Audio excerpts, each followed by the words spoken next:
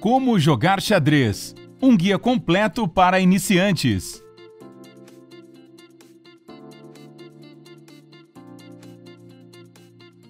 Quem não quer ser um intelectual legal e jogar xadrez como um profissional?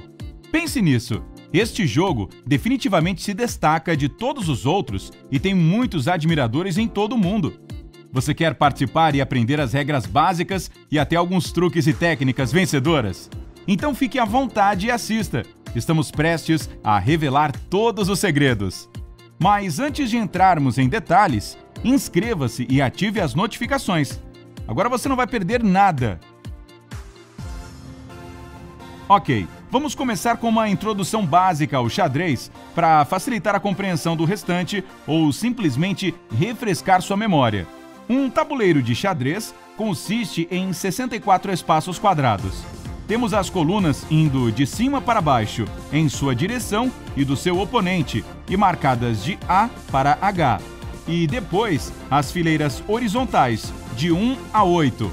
Cada um dos 64 espaços é identificado pela combinação de uma letra da coluna e um número da fileira. O jogador com as peças brancas inicia. Cada peça de xadrez tem um nome e recursos de movimentação específicos. Não esqueça de posicionar o tabuleiro corretamente antes de começar. Cada jogador deve ter um quadrado escuro no canto inferior esquerdo. A primeira peça sobre a qual vamos falar é a torre. Elas ficam nos cantos do tabuleiro, que são A1 e H1, para um jogador, e A8 e H8 para o outro. O melhor sobre as torres é que elas podem se mover por qualquer número de quadrados vazios, tanto na vertical quanto na horizontal. Se alguma peça do seu oponente bloquear um de seus caminhos, mova a torre para o quadrado ocupado e capture-a, parando em seu lugar. Mas lembre-se de uma coisa importante: as torres não podem pular peças. Se uma de suas peças estiver entre a torre e a peça do seu oponente, esse movimento não funcionará. Em seguida, daremos uma olhada mais de perto no cavalo. Eles são colocados nos quadrados B1 e G1 para um jogador e B8 e G8 para o outro. Ao contrário das torres, os cavalos podem pular outras peças e, na verdade, são as únicas que podem fazer isso. Eles se movem em um padrão em forma de L, 2 quadrados na horizontal e 1 na vertical, ou 1 na horizontal e 2 na vertical. Tenha em mente que os cavalos só podem capturar uma peça quando aterrissarem no quadrado dela. Em seguida, temos os bispos, nos quadrados C1 e F1, ou C8 e F8. Eles podem se mover sobre qualquer número de quadrados livres, mas apenas em direção diagonal. Assim como as torres, podem capturar a peça de um oponente em seu caminho, parando no quadrado que ela ocupava. Mas afastem-se todos! É hora do rei e da rainha entrarem no jogo! Bem-vindas, vossas majestades! Você só tem uma rainha, D1 para uma rainha branca ou D8 para uma rainha negra. E ela é a peça mais poderosa no tabuleiro. Basicamente a torre e o bispo combinados. Ela pode literalmente fazer o que quiser, movendo qualquer número de quadrados vagos horizontalmente, verticalmente ou diagonalmente. Ela captura peças em seu caminho, movendo-se para os seus quadrados. O lugar do rei é um dos 2 últimos quadrados vazios, E1 e E8. O rei não é tão poderoso quanto a rainha e só pode andar um quadrado de cada vez na horizontal, vertical ou diagonal. Ele pode atacar qualquer peça, exceto o outro rei. Mas não subestime, o rei é incrivelmente valioso. Se você o perder, perde o jogo. Portanto, tente protegê-lo a todo custo.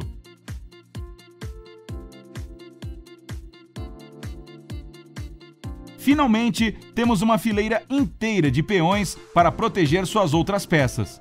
Eles ficam nas fileiras de A2 e H2 para um jogador e de A7 para H7 para o outro jogador. Os peões andam um quadrado para a frente com uma exceção. Na primeira vez que se movem, podem avançar 1 ou 2 quadrados, mas nada mais depois do primeiro movimento. Apenas um quadrado de cada vez, todo o resto do jogo. Há um ponto negativo nos peões. Se a peça do seu oponente estiver diretamente em frente dele, você não poderá movê-lo para frente, nem capturar o adversário. Fale de inconveniente, certo? A única maneira do peão capturar outra peça é na diagonal, sempre movendo-se uma casa.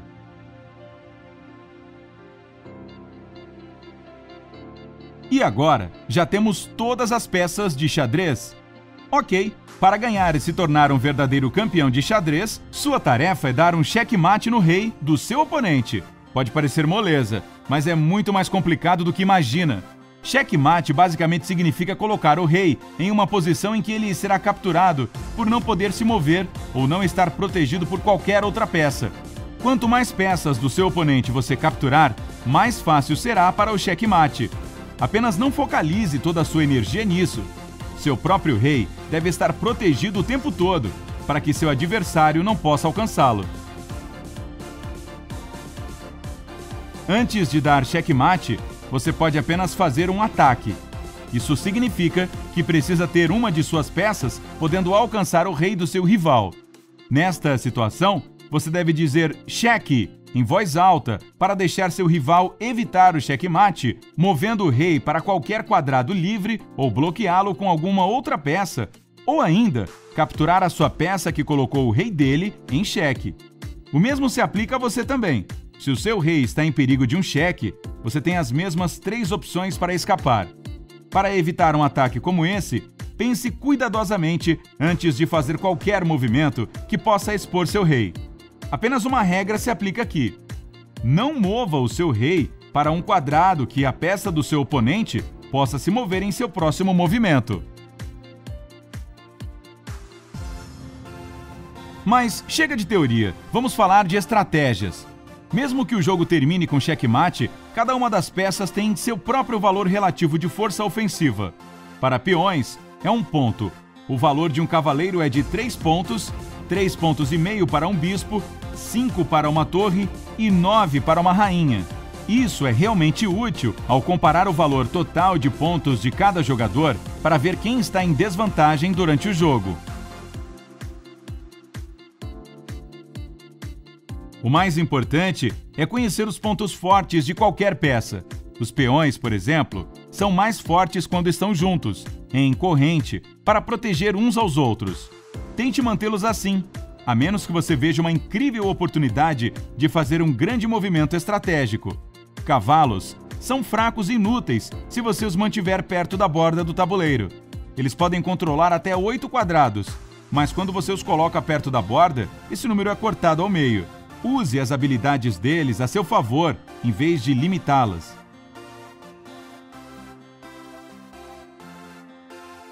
Os bispos são mais fortes quando estão em longas diagonais. Eles podem controlar mais quadrados. As torres têm mais poder em campo aberto. Tente posicionar suas torres em colunas e fileiras. Elas também podem ser muito úteis na 7ª fileira para as brancas e na 2ª para as pretas, mas somente se o rei do seu oponente estiver em sua posição inicial. Mas e as rainhas? Elas estão esbanjando energia em qualquer quadrado, certo? Bem, o centro do tabuleiro é, na verdade, estrategicamente o melhor lugar para elas, mas também o de maior perigo. Jogadores de xadrez bem-sucedidos sugerem manter a dama a certo distanciamento do centro e tentar não bloquear seu movimento com suas próprias peças. Para os reis, há apenas uma regra estrita: faça tudo o que puder para garantir que seu oponente não chegue até ele. Se você quiser dominar e ser a força principal do jogo, tente controlar o centro do tabuleiro. Sua jogada inicial pode ajudá-la a fazer isso. Um peão D ou E é uma ótima maneira de começar e abrir o centro do tabuleiro. Os melhores companheiros depois de alguns movimentos de peões são os cavalos e os bispos. Para reivindicar o centro, use seus peões enquanto ataca seu oponente com todas as outras peças. Ele terá que ficar na lateral com opções limitadas para escolher. Mude as coisas e use todas as suas peças, exceto o rei, é claro. Se você deixar algo de fora, desperdiça o potencial e as habilidades dessa peça. Mas não faça um movimento no calor do momento. O xadrez é um jogo muito estratégico e você tem que pensar muito à frente e não apenas mover peças sem noção. Ao mesmo tempo, deve observar seu adversário de perto e tentar prever sua estratégia e plano. Muitas coisas para fazer de uma vez, mas você definitivamente vai adorar. Além disso, não desista de suas peças sem lutar. Leve o tempo que achar necessário e analise o tabuleiro todo com cuidado para ver todas as suas opções e movimentos possíveis. Não se apresse, vá devagar e não perca nada. Vamos falar sobre o movimento en passant de um peão. Como você já deve ter adivinhado, é francês e significa de passagem. En passant é um movimento de captura especial que um peão pode fazer. Se você está jogando com o branco, seu peão deve estar na quinta fileira e o preto na quarta. Para você capturar en passant, o peão do seu oponente deve mover 2 quadrados para a frente e aterrissar próximo ao seu peão. Isso deve ser o primeiro movimento dele, pois é o único momento que o peão pode andar 2 casas. Lembra? Então, se isso acontecer, você pode mover seu peão para a frente na diagonal, para o lado onde está o peão do seu oponente, e fazer a captura ao passar. Mas isso tem que ser feito imediatamente, ou você perde sua chance. Há mais movimento de peão chamado promoção de peões. Se ele alcança até o lado mais distante do tabuleiro, que é a 8ª fileira para o branco e a 1ª para o preto, ele deve imediatamente ser promovido a qualquer outra peça, exceto o rei. O melhor é promover seu peão à rainha, mas uma outra torre, bispo ou cavalo também não será nada mal.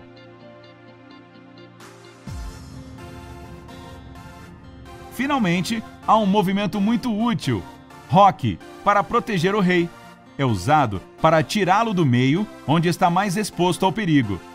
Para fazer o roque, mova seu rei 2 quadrados em direção a qualquer torre, e então a torre passa pelo rei, ficando no quadrado ao lado dele.